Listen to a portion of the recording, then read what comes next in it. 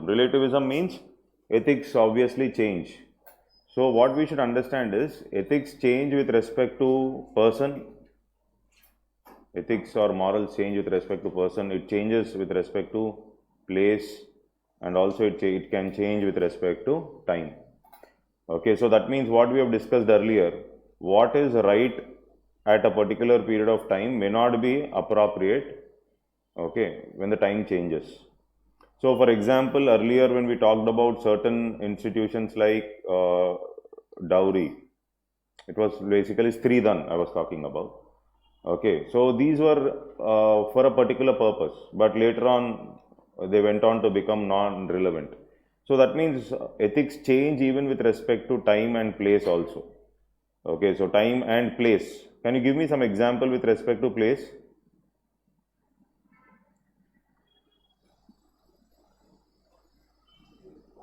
For example, time means, for example, earlier in US, it is appropriate to have a slave. Okay, so appropriate to have a slave. There is no issue about it. But the conditions have changed. Are able to get this? So therefore, when we talk about time, there were certain aspects which, or there were people like Martin Luther King, okay, or Abraham Lincoln, okay, so who were talking about fighting against racial superiority or discrimination.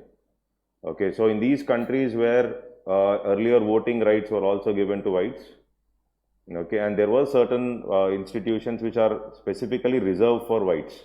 So we call it as apartheid movement, which Gandhiji also fought in South Africa. Okay, so this is clearly visible. That means this aspect of racial superiority was accepted by everybody that time. Okay, subsequently you had people who were fighting against it, and there was a change. So with time, there was a change. They understood there is nothing like racial superiority, etc. Everybody is equal, etc. So like this, there is this distinction which is there, which changes with time, even with respect to place. For example, capital punishment, when we talk about capital punishment, okay, it is accepted in certain countries, but capital punishment is illegal in certain countries. You are not going to kill him. Okay, in certain countries like Saudi Arabia, etc. Okay, there are where there is deterrent form of justice, even for a small crime. Not you don't say small crime, but the punishment is more severe than the crime you have committed. That is basically called as deterrent form of justice. So, like that, capital punishment, or for that matter, prostitution is legal in certain countries, and it is not accepted by the ethics of the society in certain places, or even pornography. Okay, it is accepted. It is a common thing. For example, shares are also released in certain some of these companies have issued shares in the stock exchanges also. That's how certain countries run. But in countries like India, these are not accepted neither by the ethics of the society nor by the law of the country. Are able to get this? That means what? Ethics are relative, okay, relative, but at the same time, there are certain kind of ethics which are universal in nature. There are certain values and ethics which are universal. Values or ethics which are universal. What can be universal basically? Something which cannot or which should not, which will not change with respect to time. Something which will not change with respect to place. Or something should be followed by every person. So these are basically what we call it as universal ethics. Okay, so how do you define which one is universal?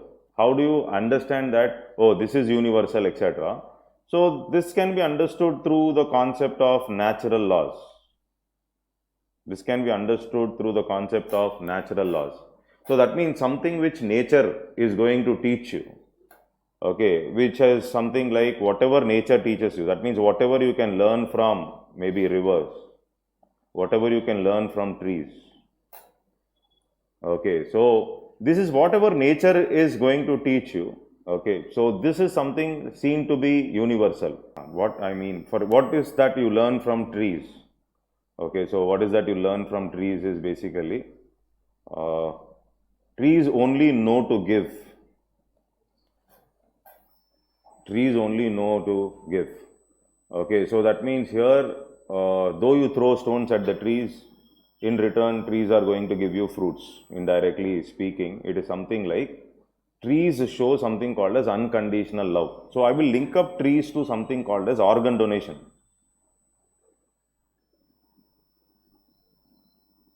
What is organ donation? Even during your death also, you are useful to somebody else. Okay, so this is a philosophy which is accepted everywhere. That means, or for some example, unconditional love. Not mother's love, it is Mother Teresa's love. Mother's love is also not unconditional. So I'm talking about unconditional love. Unconditional love means, I think you understand it. There are no conditions. So when you talk about Buddha, or when you talk about Mother Teresa, or you talk about such people, okay, so there is basically this aspect of unconditional love. So nobody can say, no, unconditional love is bad. Of course, there are certain thinkers who say this is also bad, that's a different thing. But when we are viewing it from the perspective of others, okay, or certain principles like honesty.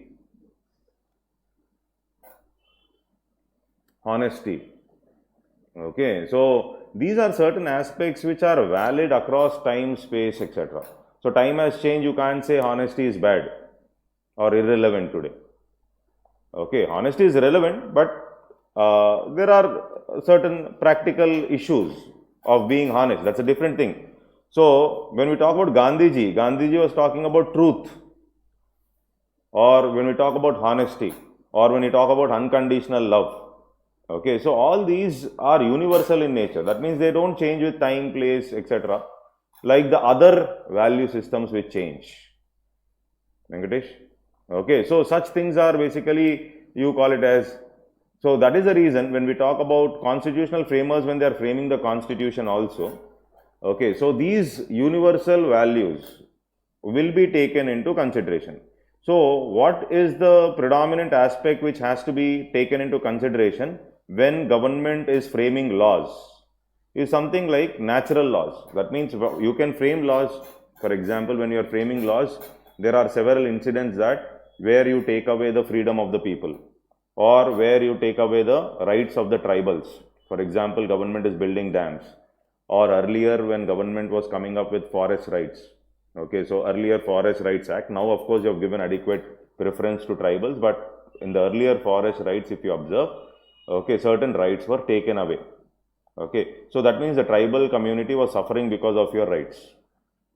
Okay, for example, if you would have seen that tribe called Irula tribe in that movie, Jai Bhim. Okay, so nobody accepts that that is okay. Got my point, right? Nobody accepts that it is okay. That means what? There are certain things which are universal. For example, when you talk about justice, when you talk about honesty, when we talk about unconditional love. So these are certain aspects which are predefined in the nature itself. This is something which the nature itself teaches us, something like the trees teach you or the rivers. Rivers talk about sharing. Okay, so rivers talk about sharing. Rivers will not ask like, yeah, this is my water, please don't share. Okay, or the trees even during their death also are ready to do, are being useful to the mankind, are able to get this. So that means organ donation. I'm linking trees to selflessness. I'm linking trees to selflessness. So selflessness is also a universal value. Nobody will say selflessness is bad. Are able to get my point? Maybe some people like Ayn Rand may say selflessness is bad, but we are not looking into this paper from her perspective.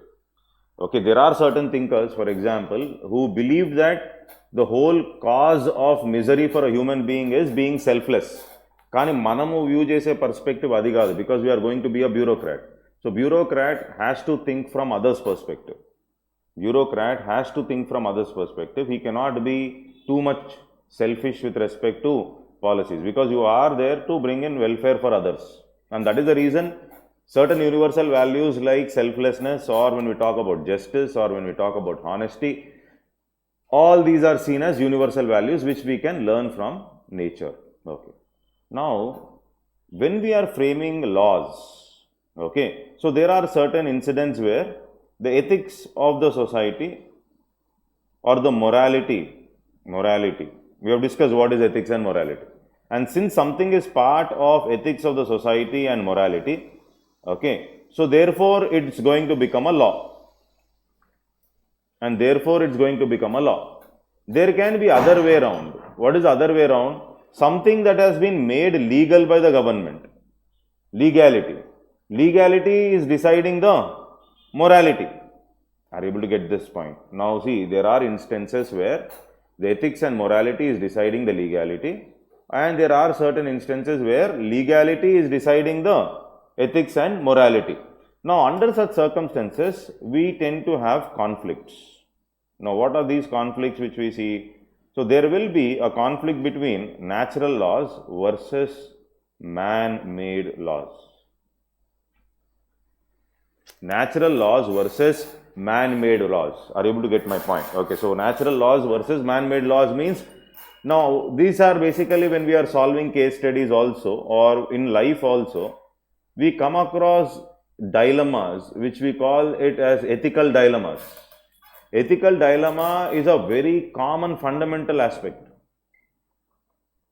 Okay, so he in UPSC is also asking, were there any situations where you were fixed with some ethical dilemmas in your day-to-day living, and you have decided to take a particular action in accordance with your inner conscience. Inner conscience ante basically based on your moral principles, you decided to take this particular action.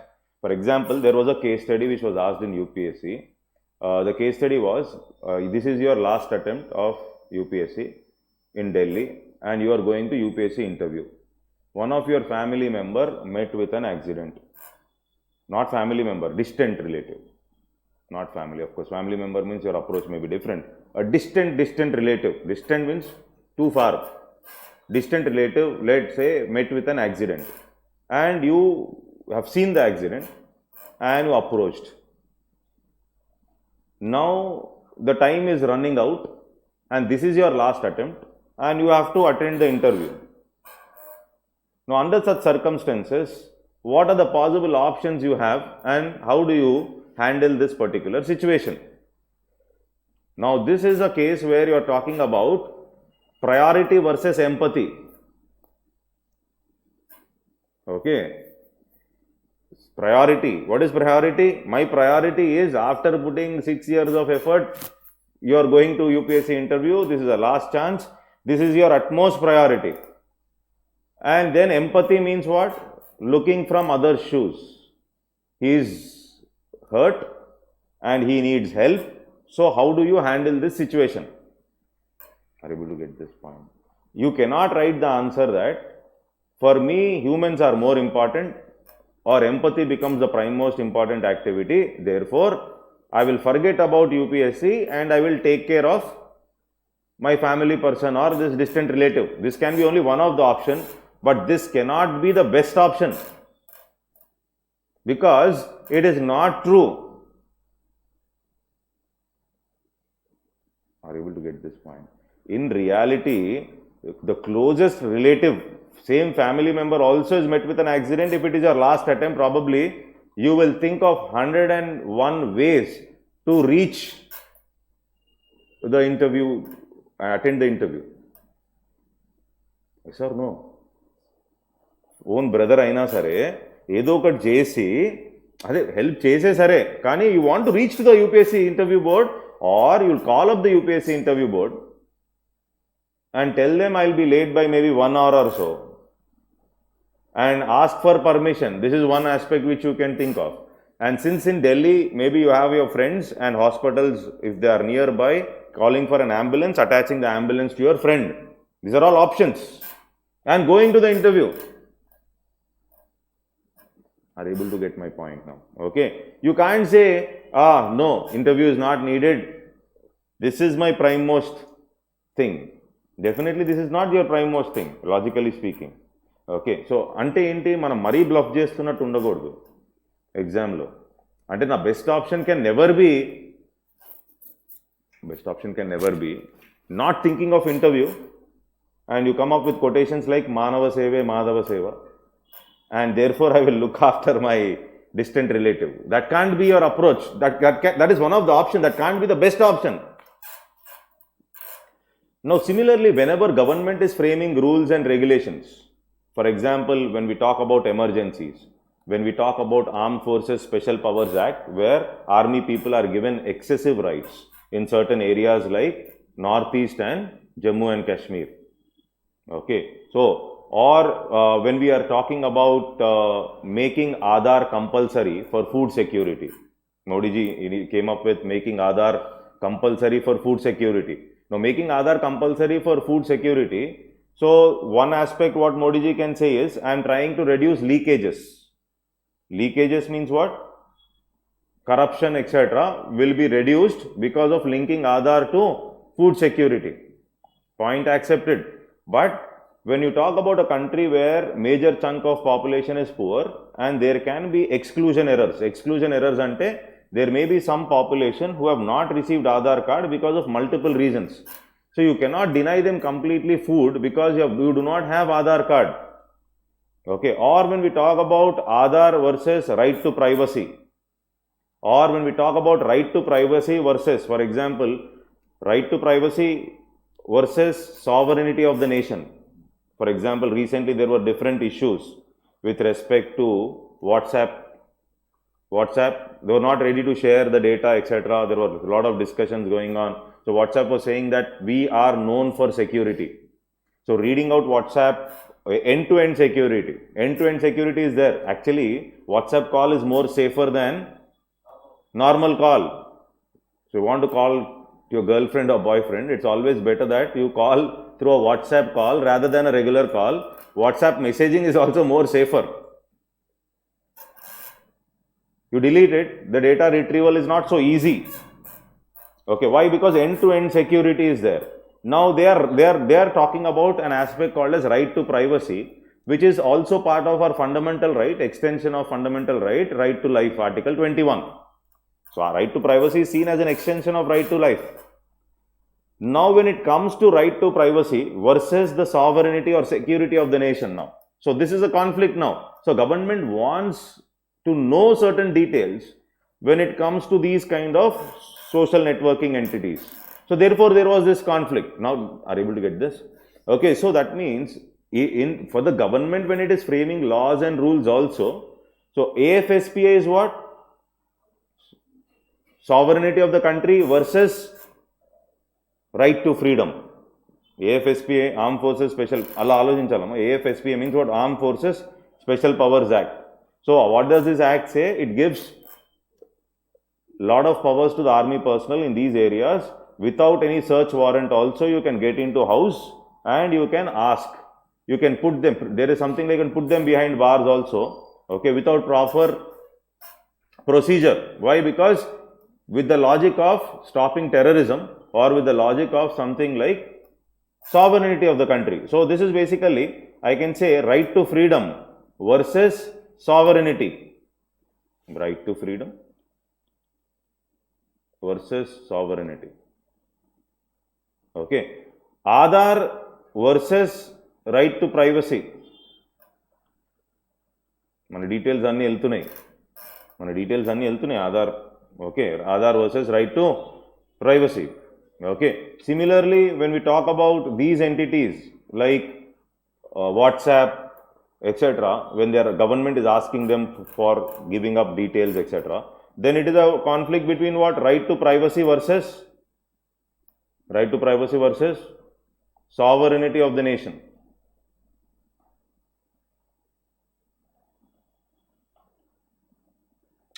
Sovereignty of the nation. So that means when government is framing rules and regulations also, there are certain things which government also has to take care. And when as a bureaucrat, when you are solving cases, so you also get into certain ethical dilemmas. Okay, so one is basically, this is a common thing, personal interest versus organizational interest.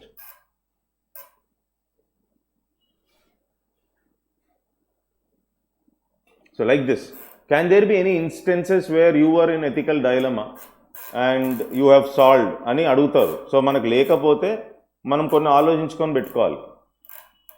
We don't have any instances where there was an ethical dilemma. Generally, every day we are into ethical dilemmas. Every day, maybe at least there will be 5 to 6 or 10 ethical dilemmas where we get into and we take a decision. No, in this case, this is not right, this is right. So, like that. Okay. So, can you think of any instances? Anybody wants to narrate something where there was some ethical dilemma where you resolved it?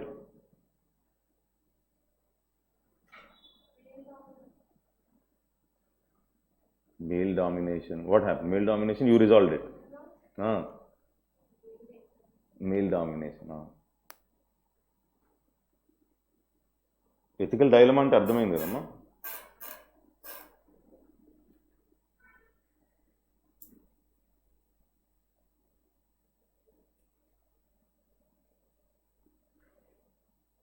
Actually, in US, when they were trying to catch Osama bin Laden, okay, the army forces were ready and hiding. Okay, one shepherd boy who was passing through that area has seen the army personnel. One of the army officer decided, let's kill this fellow, otherwise he is going to go and reveal these details to everybody. Okay, another officer was saying, no, it's not right on our part to kill a common man, and they have taken a decision to leave this shepherd boy. Immediately, all these officers within half an hour time were killed. Now, what is ethical, what is unethical here is always a question mark. Are you able to get my point now? Now, these are basically, this is ethical dilemma basically.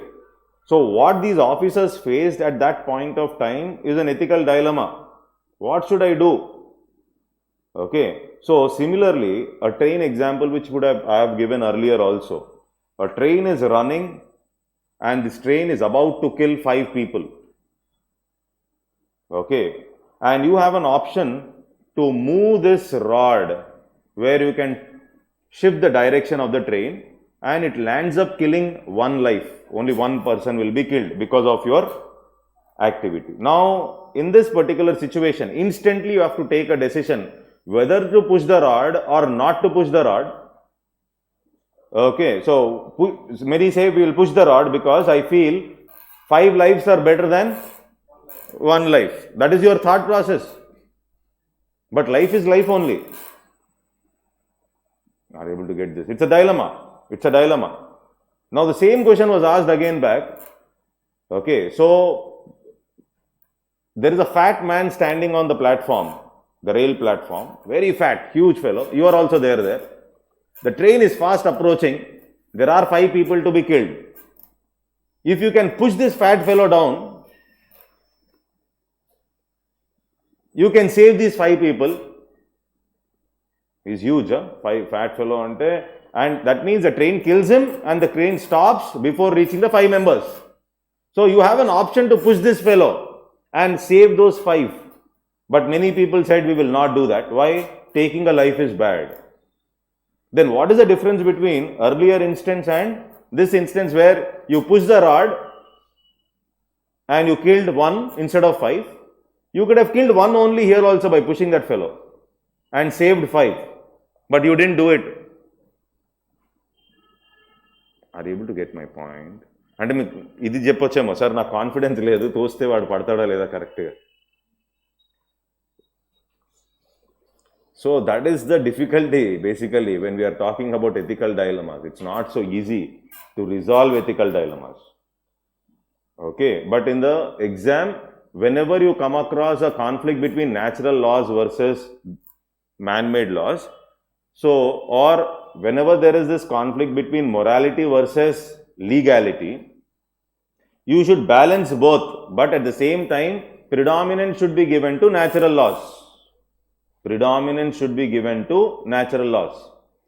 For example, when we talk about apartheid, that time it was accepted that time basically blacks, they felt racially inferior. so genetically inferior, and the whites felt they are superior. And there were certain things which were purely applicable for whites and the blacks were not allowed, including voting. Are you able to get this? Now, even that time, though it is legal in these countries, if I apply natural laws, even that point of time, you can easily find out this is wrong. Are you able to get this? Whenever you talk about natural resources like river or water, it is for everybody. That is what you learn from natural laws. Then why is that resources were restricted only for whites instead of blacks, using the concept of racial superiority? Using the concept of all are equal, why is it that one fellow is made a slave to other, whom you can use for your convenience? Are you able to get this? No, that means something that would have been legal that point of time is also flawed, legal and ethically accepted. So therefore, whenever there is conflict between natural laws and man-made laws ante legality. Man-made laws is legality. So basically, natural laws should be given preference. Natural laws should be given preference.